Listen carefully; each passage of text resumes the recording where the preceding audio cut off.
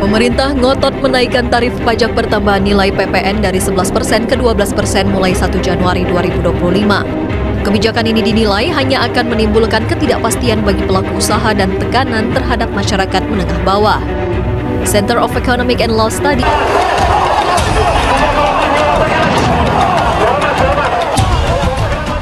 menolak dibubarkan, ratusan mahasiswa bertahan walaupun berkali-kali disemprot air.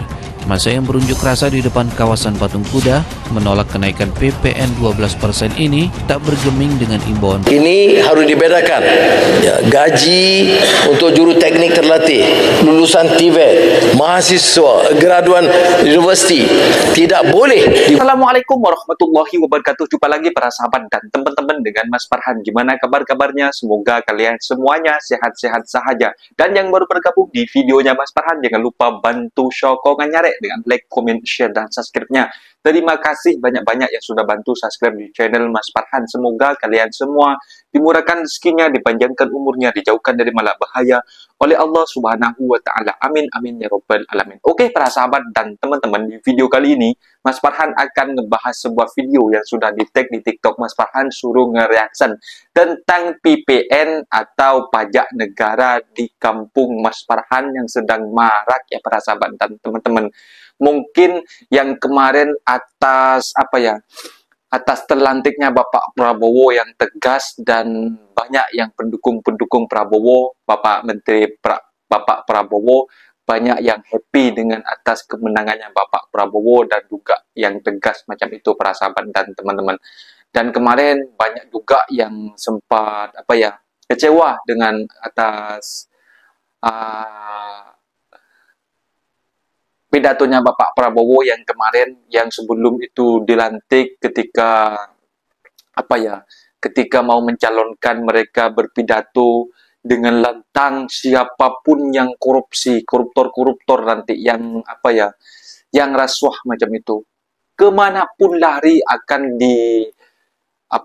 dikejar sampai ke Antartika macam itu para sahabat dan teman-teman. Dan Malang ketika sudah dilantik kemarin itu juga ada sempat yang viral dan juga rasuah 300 triliun dan nyatanya cuma dihukum 6,5 tahun dan di situ jadi juga perbincangan. Dan di sini juga ada naiknya PPN dan 12% gitu. Dan sedangkan negara yang sudah maju, banyak orang yang bekerja mencari nafkah ke Malaysia ini PPN-nya cuma 8% macam itu para sahabat dan teman-teman, atau 7% atau 8% gitu kalau nggak salah para sahabat dan teman-teman. Jadi di sini para sahabat dan teman-teman, kita ini yang penghasilan di Indonesia yang kurang penghasilan dan mata uangnya juga yang kecil, dan malah PPN-nya dinaikkan jadi 12%. Dan banyak orang-orang yang mengeluh mau kaya ini nggak jadi, ini pajak kendaraan, pajak kereta, pajak motor semua akan naik semua macam itu. Jadi di sini sampai ada aksi unjuk rasa penolakan atas naiknya PPN para sahabat dan teman-teman. Mahasiswa-mahasiswa itu akan turun tangan, akan turun ke jalan menolak atas kenaikan PPN nanti di 2025 gitu para sahabat dan teman-teman. Dan teman-teman penasaran seperti apa videonya? Ini dia videonya. Pemerintah ngotot menaikkan tarif pajak pertambahan nilai PPN dari 11% ke 12% mulai 1 Januari 2025. Kebijakan ini dinilai hanya akan menimbulkan ketidakpastian bagi pelaku usaha dan tekanan terhadap masyarakat menengah bawah. Center of Economic and Law Studies, Celios, mendesak Presiden Prabowo Subianto menerbitkan peraturan pemerintah pengganti undang-undang atau Perpu untuk membatalkan kenaikan PPN ini. Jika Prabowo tak mengeluarkan Perpu dan PPN tetap naik ke 12% mulai tahun depan, selain terhadap inflasi, akan berdampak pula pada peningkatan pengeluaran masyarakat. Analis politik Adi Prayitno mengatakan, jika ada niat untuk mengubah aturan terkait kenaikan PPN 12%, mestinya semudah membalik telapak tangan, mengingat mayoritas fraksi di DPR adalah pendukung koalisi pemerintah. Dengan demikian, rakyat tidak lagi disuguhi narasi saling menyalahkan. Apalagi, Menteri Koordinator Bidang Pemberdayaan Masyarakat Muhaimin Iskandar sebelumnya memastikan tidak ada bansos khusus terkait kenaikan PPN menjadi 12%. Gus Imin menilai kenaikan PPN dari 11 menjadi 12% sudah dipertimbangkan dengan baik.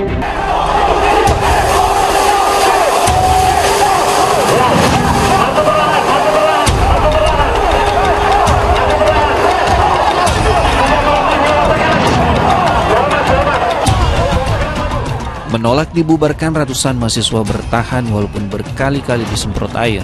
Massa yang berunjuk rasa di depan kawasan Patung Kuda menolak kenaikan PPN 12% ini tak bergeming dengan imbauan polisi. Mereka terus bertahan. Dengan alasan melewati batas waktu unjuk rasa, polisi terus menyemprotkan air dari kendaraan water cannon untuk membubarkan para mahasiswa. Usai membubarkan paksa mahasiswa, polisi membuka kembali arus lalu lintas di sekitar bundaran Patung Kuda yang sebelumnya ditutup. Sejak pukul 18 kami sudah menghimbau secara terus-menerus, gitu ya, dan anggota kami pun terluka, ya, artinya sudah membahayakan kepada keselamatan daripada petugas dan juga masyarakat Jakarta yang juga akan menggunakan ruas jalan ini juga terganggu. Oke.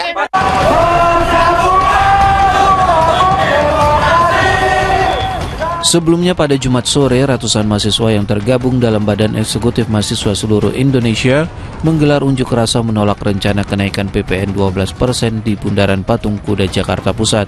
Massa menuntut agar Presiden Prabowo Subianto membatalkan PPN 12% yang dinilai akan menyengsarakan rakyat. PPN 12% ini sasarannya kurang jelas. Pemerintah belum mengeluarkan regulasi tetap terkait apakah barang mewah, rules-rulesnya barang mewah itu yang mana. Dan QRIS itu kan juga sudah di masyarakat ini kan QRIS sudah banyak dan itu digunakan menjadi alat transaksi masyarakat dan itu menjadi masalah. Unjuk rasa yang mendapat pengawalan ketat polisi juga menyebabkan arus lalu lintas di Patung Kuda menuju Istana Negara ditutup total untuk kendaraan roda 4 maupun roda 2. Abdul Haris melaporkan dari Jakarta. Jadi PPN naik 1% berarti setara dengan kenaikan harga yang harus dibayar 9%. Berat nggak sih? Ya berat lah. Jadi gimana? Tolak atau terima? Ya tolak lah. Sungguh luar biasa. Sangat inspiratif sekali kata-kata yang disampaikan oleh ibu ini. Sepertinya ada upaya untuk menggiring opini yang cukup berbahaya jika dikonsumsi masyarakat awam. Namun, tunggu dulu apa itu PPN 12% dan siapa yang mengusulkannya. Mari kita kupas. Kenaikan tarif PPN dari 1% berlaku untuk seluruh barang mewah dan jasa premium yang selama ini dikenakan tarif 11%. Namun tidak berlaku untuk bahan makanan pokok yang dikonsumsi masyarakat sehari-hari. Dan bagi kalian karyawan pabrik swasta yang memiliki gaji di bawah 4,8 juta per bulan atau 52 juta per tahun akan dibebaskan dari pembayaran pajak. Nggak perlu mikirin potongan gaji, apalagi bagi yang sudah berkeluarga. Serta, pemerintah memberikan bonus potongan pajak sebesar 4,5 juta per tahun bagi rakyat kecil menengah ke bawah. Payment tidak PPN. Karena ini kalau sana pun pakai QR ID dan tidak ada PPN. Jadi ini kami klarifikasi bahwa payment system tidak PPN. Karena ini kan transaksi dan PPN adalah barang. Terlepas dari semua pro dan kontra, dari mana PPN 12% ini muncul dan siapakah yang mengesahkannya? Mari kita simak. Mei tahun 2021, pemerintah melalui Kementerian Keuangan usulkan rencana kenaikan pajak pertambahan nilai PPN dari 10% menjadi 12% sebagai bagian dari reformasi perpajakan untuk memperkuat penerimaan negara. Begini kronologisnya. Mei tahun 2021, pemerintah usulkan rencana kenaikan pajak pertambahan nilai PPN dari 10% menjadi 12%. Oktober tahun 2021, DPR Republik Indonesia yang dipimpin oleh PDIP sahkan UUHPP yang mengatur tentang kenaikan tarif PPN secara bertahap, di mana 1 Januari tahun 2025 tarif PPN naik menjadi 12%. Desember tahun 2024, sesuai perintah HUR, pemerintah umumkan kenaikan PPN sebesar 1% menjadi 12%, tapi dibatasi hanya berlaku untuk barang-barang mewah. 19 Desember tahun 2024, Ketua DPR Puan Maharani Puan cuci tangan dengan menyebut PPN 12% bisa perburuk ekonomi rakyat. Dalam pasal 7 ayat 1 huruf di undang-undang tersebut disebut bahwa tarif PPN 12% dan akan berlaku pada 1 Januari tahun 2025, sehingga pemerintah saat ini wajib untuk menjalankan perintah tersebut.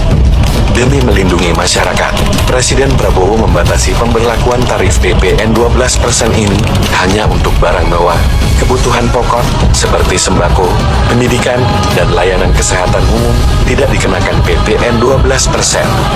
Himbauan bagi semua masyarakat, jangan sampai terprovokasi, jangan mau dipecah belah, jangan mau termakan fitnah yang ditujukan pada Presiden. Gak usah kalian ngeluh-ngeluh pajak naik. Kan kalian yang kemarin nyoblos kan. Kalau aku harusnya pajakku nggak naik karena aku golput. Teman-teman, hari ini kita berhadapan dengan sebuah kebijakan yang bisa membuat ngilu sendi kehidupan rakyat. Kenaikan pajak pertambahan nilai atau PPN menjadi 12%. PPN 12% berlaku yang sempat menjadi pajak pertambahan nilai atau PPN dari 11% masyarakat terkena dampak. Jika kita membiarkan ini terjadi, kita bukan saja kehilangan pekerjaan, tetapi juga kepercayaan. Kepercayaan rakyat kepada negara, bahwa negara hadir melindungi mereka. Kita semua dan seluruh rakyat Indonesia, saya yakin menunggu kado tahun baru 2025 dari Presiden Prabowo, batalkan rencana kenaikan PPN 12%. No, God! No, God, please, no! No! Pajak adalah instrumen negara untuk melahirkan keadilan.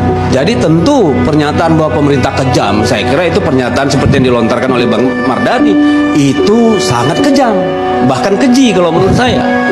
Ya, karena tidak mungkin ya bahwa kenaikan pajak itu dimaksudkan untuk membuat rakyat menderita. Presiden Prabowo menegaskan bahwa kebijakan kenaikan PPN 1% yang semula 11% menjadi 12% di tahun 2025 adalah hanya untuk barang mewah. Hal itu dilakukan supaya tidak berdampak terhadap rakyat kecil. PPN adalah undang-undang yang kita akan laksanakan, tapi selektif, hanya untuk barang mewah. Untuk rakyat yang lain kita tetap lindungi. Sudah sejak akhir 23 pemerintah tidak memungut yang seharusnya dipungut untuk membela, membantu rakyat kecil. Ya, jadi kalaupun naik itu hanya untuk barang mewah. Jadi sudah pahamkah kalian dengan kenaikan PPN 12% ini? Tulis pendapat kalian di kolom komentar. Terima kasih. Ini harus dibedakan.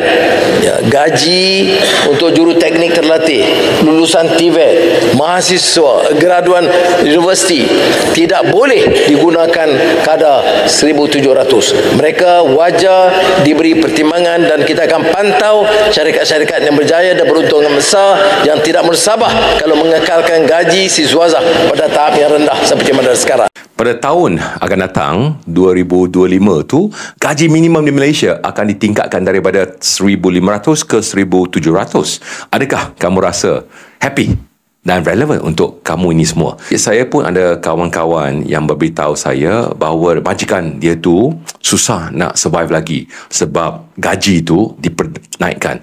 Tapi saya rasa itu bukan satu alasan yang bagus ya. Jadi sebenarnya saya rasa 1,700 pada masa sekarang ni pun susah, tak cukup makan. Of course, ada setengah majikan akan bye-bye. Dia tidak lagi sanggup untuk menanggung lagi ya kos yang naik ni. Tapi itu menunjukkan juga satu majikan dia tidak kompetitif pada masa era sekarang ini. Company-company juga kena belajar untuk improve lagi, supaya dia tidak akan kita orang kata filtered sebab AI, artificial intelligence ataupun digitalization. Sama juga sekali dengan pihak employee.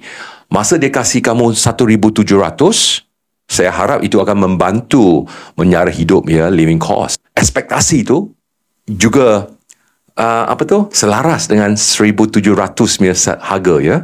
Jadi kamu kena kerja kuat lagi, kena kerja lebih bertungkus lumus lagi supaya itu dapat hold the expectation ya daripada majikan. Seperti itu para sahabat dan teman-teman, videonya yang kita simak ya, kalau dekat Malaysia di tahun 2025 ada kenaikan gaji yang kemarin juga sempat viral. Kalau di Malaysia di tahun 2025 ada kenaikan gaji, termasuk pekerja-pekerja asing juga seperti Mas Farhan pekerja dari Indonesia juga ada kenaikan gaji. Dan kemarin Mas Farhan sudah dinaikin sama sama bos Mas Farhan sebelum sebelum 2025. Syukur alhamdulillah gaji Mas Farhan sudah naik. Tapi malangnya para sahabat dan teman-teman, di kampung Mas Farhan sendiri banyak orang yang kesusahan, tak dapat kerja, dan ada juga yang bekerja berjuang mati-matian di negara sendiri, dan ketika kita mengumpulkan duit banyak-banyak malah PPN-nya dinaikin. Aduh, mau kaya ini nggak jadi ini gitu kan. Aduh, harap-haraplah Bapak Prabowo ini didaur ulang dengan adanya rencana nak naikkan PPN itu nanti boleh dipikir-pikir ulang lah, boleh dipikir-pikir ulang, dan semoga saja tak jadi naik. Dan di sini sudah ada timbul unjuk rasa atau demokrasi. Kalau di Indonesia, di kampung Mas Farhan, seperti hal kayak gitu memang sudah wajar para sahabat dan teman-teman. Apabila tidak ada kecocokan, memang turun jalan mahasiswa, mahasiswi, dan juga warga-warga juga ikut para sahabat dan teman-teman. Kalau dekat Malaysia, Mas Farhan tak pernah nampak orang yang macam itu ya, dekat kampung Mas Farhan kayak gitu, seperti unjuk rasa, rusak-rusak apa gitu, gak ada. Kalau Mas Farhan selama bekerja dekat Malaysia itu memang tak ada. Pernah nampak dulu itu yang pasar Rohingya, yang dekat pasar Borong itu dulu, yang dekat Selayang itu yang diminta dia unjuk rasa, itu Mas Farhan first time yang tengok itu dekat pasar Selayang itu dulu, yang Rohingya itu nak minta kekuasaan dekat Malaysia. Itu Mas Farhan gelak-gelak nengok video itu para sahabat dan teman-teman. Aduh, jadi pusingnya para sahabat dan teman-teman. Kalau memang nanti PPN dekat Indonesia itu jadi naik, gaji yang minimumnya UMR-nya kan yang paling besar cuma di Jakarta 5.500.000-an macam itu gajinya, sekitar 1.500 juga. Tapi di Indonesia katanya itu nggak berlaku, hanya berlaku asal dari mana kamu bekerja, UMR kamu itu bekerja di mana, ikut lokasinya tertentu macam itu para sahabat dan teman-teman. Kalau di kampung Mas Farhan gayanya UMR-nya masih 2,5-an macam itu, sekitar 600 ringgit lah, 700 ringgit lah gajinya satu bulan macam itu para sahabat dan teman-teman. Mungkin videonya sampai di sini para sahabat dan teman-teman. Apabila ada kata benda yang silap, Mas Farhan minta maaf sebesar-besarnya. Mohon dibenarkan di kolom komentar. Assalamualaikum warahmatullahi wabarakatuh.